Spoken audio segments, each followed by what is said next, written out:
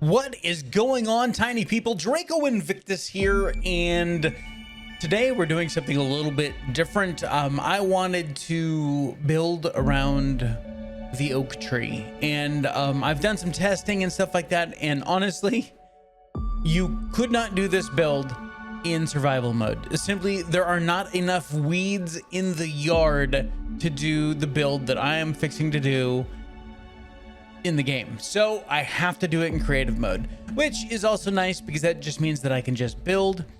This will be a time-lapse video. I will jump in at a couple points because I know that there are some issues around the oak tree. But for the most part, I'm just going to play some music. And yeah, if I'm doing something different or something like that, then obviously I will slow down the music and we'll talk about what I'm doing, specific things and stuff like that. But you guys are going to watch us go from 0 things built. As you can see, I am starting a brand new creative play, and we will go to a finished massive building in Grounded. Hit the intro.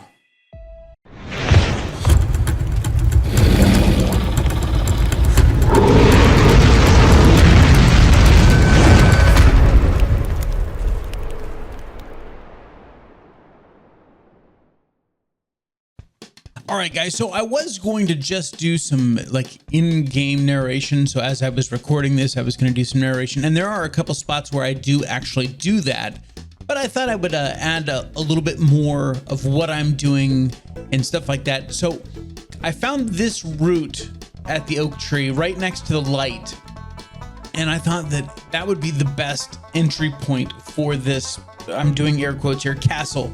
It's gonna look pretty. This thing is massive, and keep in mind this is over 6 hours of footage that I'm cramming into about a 20-minute video.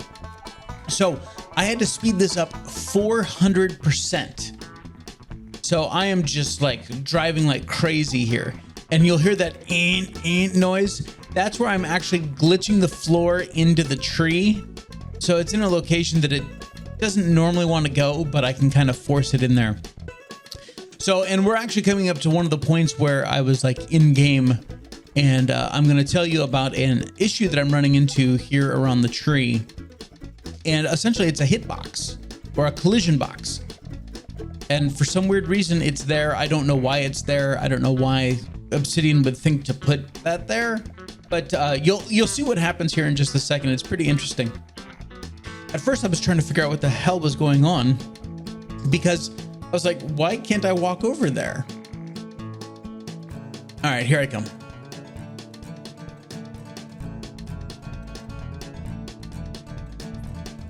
All right, guys, so here is the first little issue with building around the tree. I'm trying to walk forward here, and it will not let me go forward. There is some weird collision box here where it actually pushes me away from the tree, and then I can get a little bit closer there. So yeah, it's very interesting. Some of the collision boxes that are, especially around this tree, I don't know what it is that's not allowing me to get close to the tree right there, but it is what it is. So I'm gonna just keep building these floors, and I'm trying to stick about 4 floors away from the tree, just because, well, just because. So yeah, I'm gonna keep building, and yeah, we'll jump right back into the video.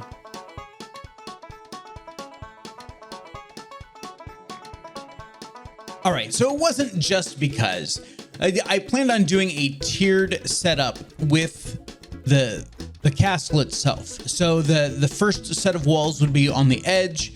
The next level of the castle, the next floor, would actually be set back 1 floor tile. So it would tier up like a cake or something like that, just to give it some cool dimension. So yeah, it wasn't just because. Now I am working on the scaffolding for all of this, and it's getting dark, and I'm gonna sleep here because I want this thing to actually look like it's being supported by the surrounding terrain. So I'm putting in a crap ton of scaffolding, and we're gonna end up sheathing over that scaffolding, and I probably could have saved myself some scaffolding because I wasn't thinking about the actual the shielding, the palisade walls, the big huge timber walls. That's what we're going to cover this with later, and I probably could have saved a little bit of scaffolding that way, which means that I probably could have built a little bit more. But at the end of this build, it was taking about 3 to 4 seconds when I would click to put down a floor or a roof tile or something like that. It would take 3 or 4 seconds before it actually went into place. So keep in mind, I'm running on a higher end PC for this build, and the game was lagging severely when I was trying to put up ceiling tiles and stuff like that. So I pushed this game pretty much until it was about ready to die on me. And so yeah, so now we're just doing some scaffolding, and I'm gonna let some music play for a little bit here, and I'll come back in when we are doing something different.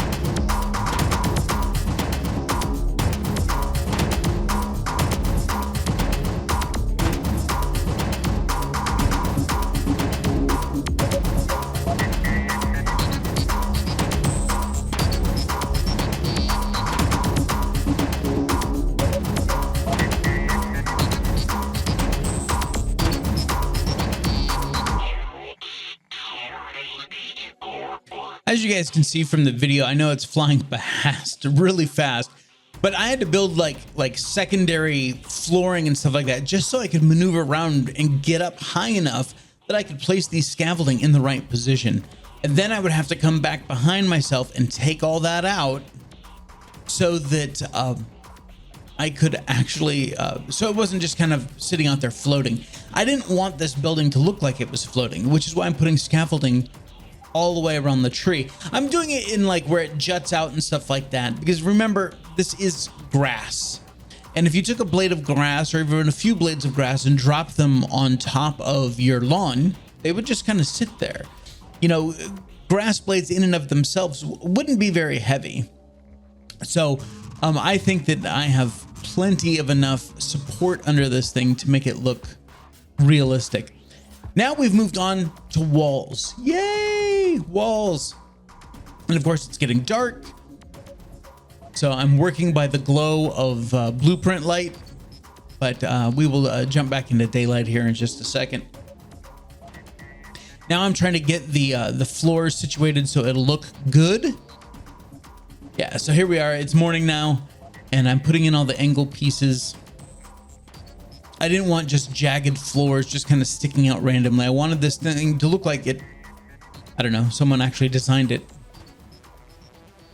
And now I'm doing this pattern of every other wall is a stem wall, and then above that is a window, and then you have a window and then a stem wall above it.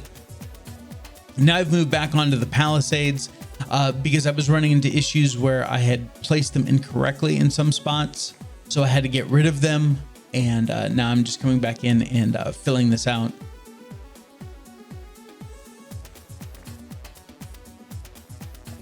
A lot of maneuvering, a lot of running around. But this was a fun build. I mean, like I said, it was about 6 hours in game of me just building. I actually did it over 2 recording sessions, and because it was just the same thing over and over and over again, it was kind of getting monotonous in that regard. But this is still very cool in the fact that I wanted to do something absolutely massive in this game, and I think I accomplished that. You guys will have to let me know at the end, you know, what you think of it. But this thing is a beast, to be sure.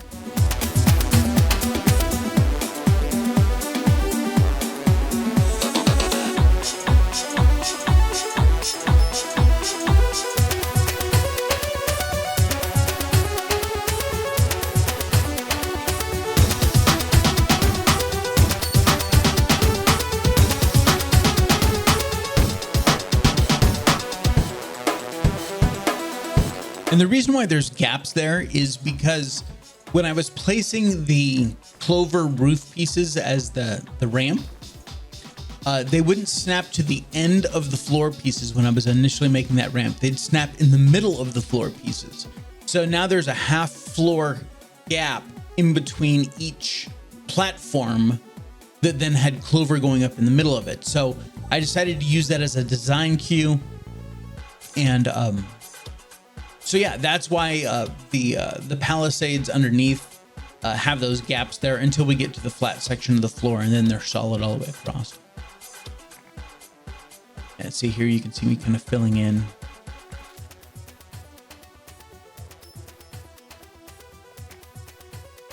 And I was taking out those floor pieces, and all of a sudden it got rid of palisade walls, and I was like, ah, crap. So then I had to go back and do that again.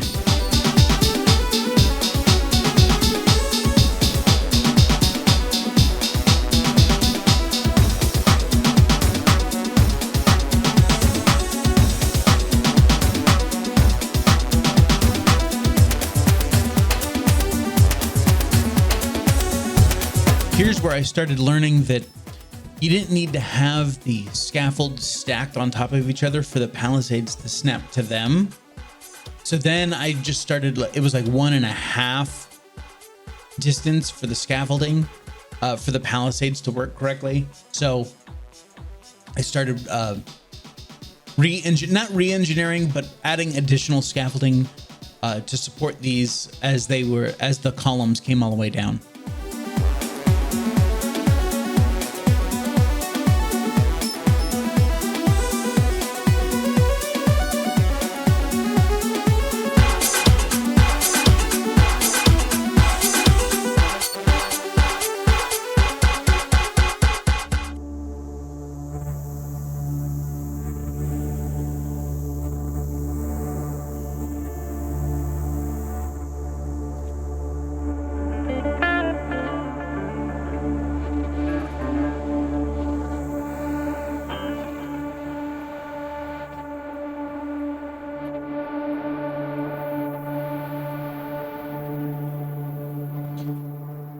And there were a few places where I simply could not glitch in the palisades or the floors or anything like that. It was because there may have been a little stick in the way, or like here, part of that leaf, and it just didn't want to go in.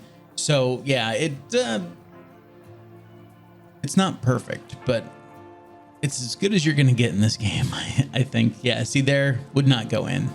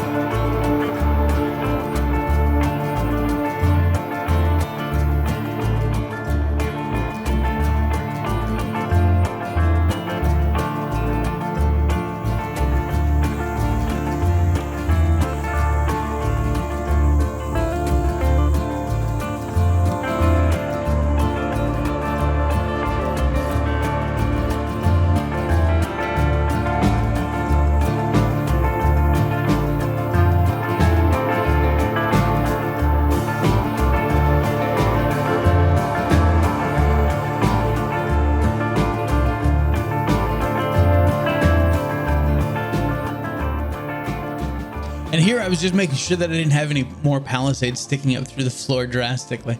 Not that it really matters, because I couldn't do any decoration in here. I did want to, I made like a split staircase here at the entry so that you could go up to the next level, and decided to do like an open foyer kind of a thing. So now it's just more placing of floors as we move on to the second level.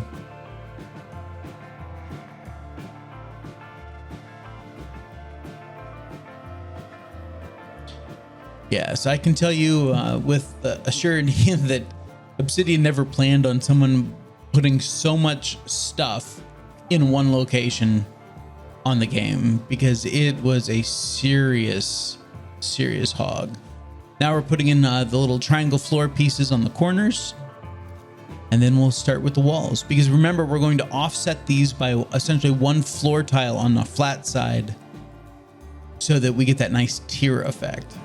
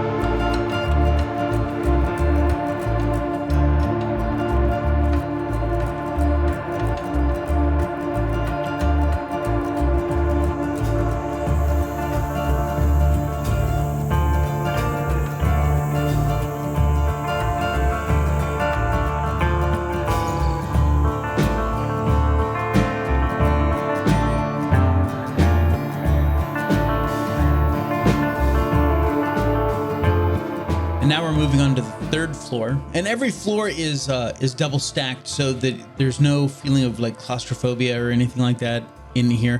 Again, there's no decoration. There was no way for me. I mean, I was pushing the very limits of this game as it was. But yeah, I wanted to get all the flooring in. And ultimately, at the end, I couldn't go any higher because of that hitbox. The hitbox issue that we were having. I couldn't have built another level anyway because I was literally walking on the edge of the wall to put the roof pieces on and stuff like that. So now I'm using these sturdy grass walls to give some sort of like texture difference between the different levels and stuff like that, so that it hopefully stands out a little bit better. But I'm kind of going with the same design, solid walls along the bottom row, and then doing windowed walls on the second level, the second tier of that wall. And now we're getting into the roof panels. And essentially all I could do was around the edges. I noticed that it was starting to take longer and longer to put these in. So here I had to actually get outside because I was running into an issue where it was literally pressing me against the inside wall and I couldn't move anymore.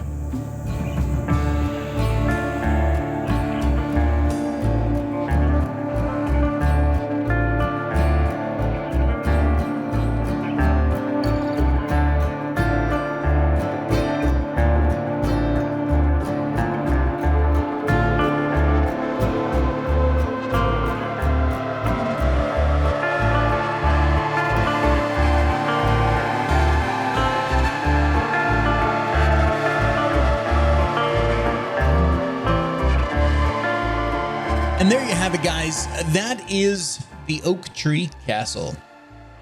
Something that pushed my PC to its very limits. And again, I'm not running a cheap computer here. So yeah, this was a lot of fun. I probably won't build anything this big again, but I will be definitely doing some different designs and some different locations around the map. I enjoy base building. I mean, that's how this channel got started, with Fallout 4 base settlement building. So it makes sense that I would enjoy this in this game. So I'm hoping that they add some more decorative pieces, some more building pieces. That would be great, so that we can do some different designs. This was a ton of fun to do, and I am so glad that I was able to share that with you. If you guys enjoy videos like this, let me know. Give me a big thumbs up on this video. And if you're new to the channel and you've made it this far, God bless you. Okay. All I ask now is that you subscribe and click the bell notification icon so that you get notified the next time I post a video. I've got tips and tricks videos coming out. I'm covering all the patch notes when they come out. I'm doing a survival live stream playthrough. I'm doing a survival solo tips and tricks kind of playthrough, talking about, hey, here's where this is and this is what you need to do with it and that kind of a thing. So stay tuned for that series as well. I'm on episode 7 or 8 as of the recording of this video. So I hope you guys enjoyed this. And until next time, I want you to take care of yourselves. This is Draco Invictus saying this has been the greatest day in my life. See ya.